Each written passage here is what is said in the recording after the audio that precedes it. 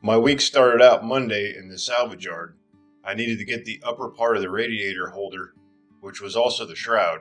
So I needed to cut the shroud part out and just get the part that holds the radiator. Next, my power management, jumper cable terminals, and master disconnect switch came in. So I laid them out, drilled the holes, and put them in the tailgate. I didn't do anything all week, so leading into the weekend, it was time to relax.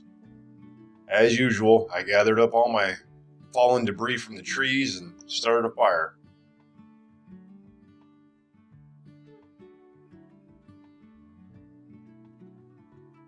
With the fire going, I could begin to enjoy my weekend.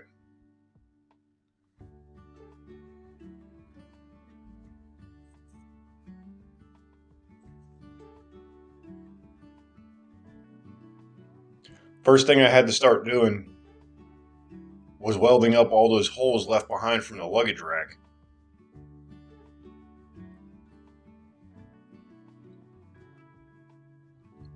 The metal was so thin that when I started welding up the holes, it was just making the holes bigger. So I had to chase the hole around and had a big blob of weld on there to grind off.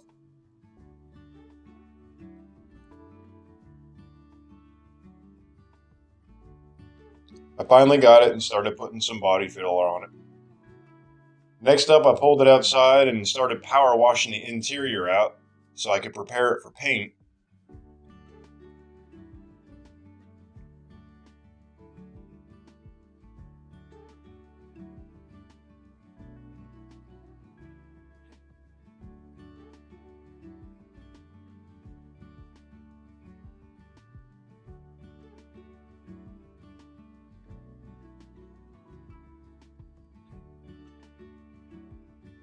There was all kind of heat shielding stuck to the floor after I was done power washing it. Most of it was still left there, so I guess I got to get in there afterwards with a wire wheel and a grinder and grind it out.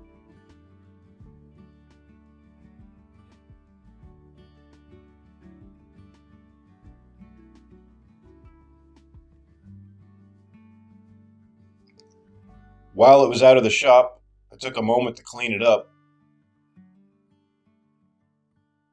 It was too crowded in there to move around and I had junk everywhere.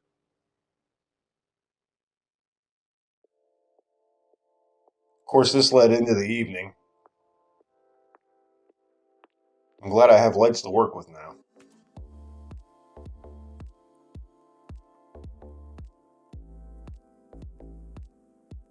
All the parts came in for me to sump the tank.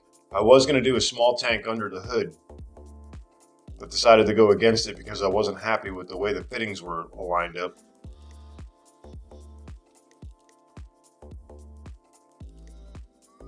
First thing I had to do was make the tank safe to weld on and clean it out.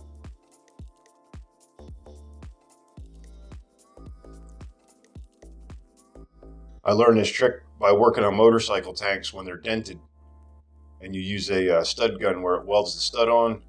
Just fill the tank up with water and it forces all the petroleum out of it. If you're not sure you got everything, just take a little torch and whiff it by the opening, and if there isn't anything left, it'll pop a little bit. I've never had that happen to me.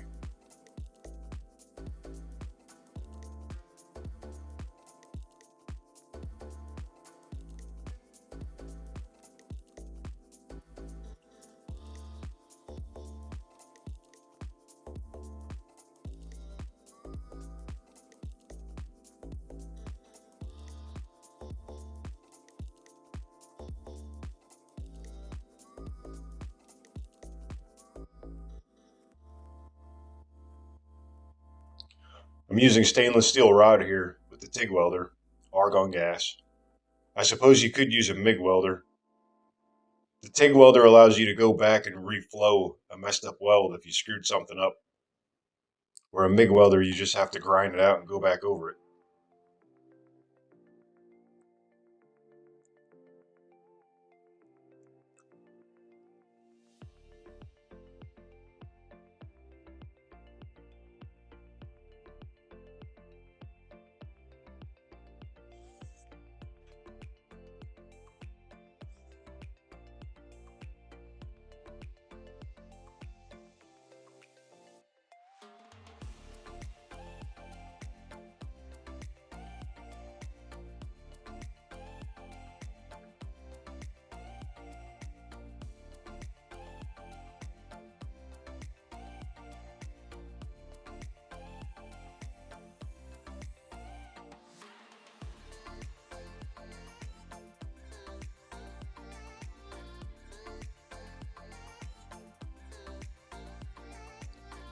After it's all done, I put some plugs in there, flipped it upside down, or should I say right side up, fill it up with a little bit of water and leak check it.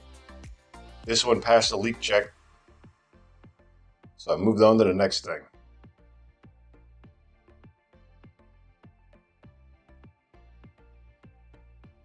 I have some of that sheet aluminum left over from a trailer repair, the sides that make the trailer up, so I decided to use it to make a dash. Here I'm using some cardboard to make a template.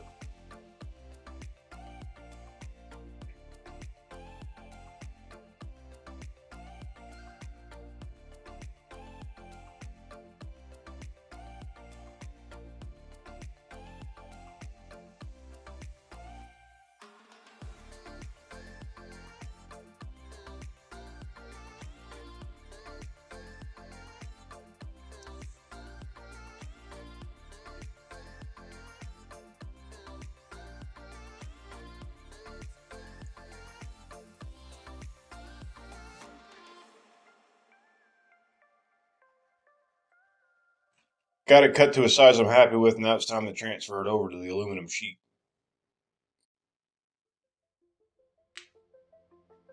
Traced it out with a marker and cut them out with the pneumatic shears.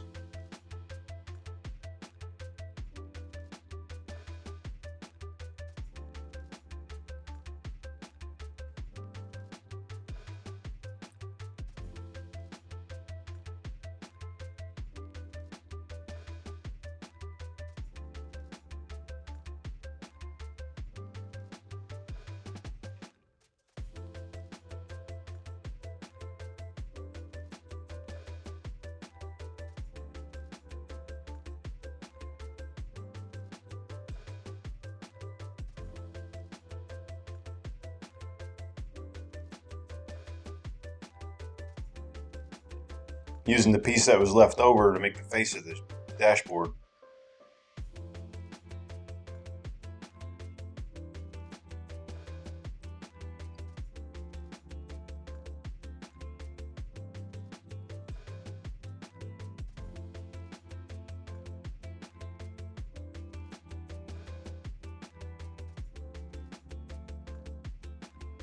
It was a straight cut all the way across, but I had to find something long enough to mark it with. A piece of angle iron was perfect.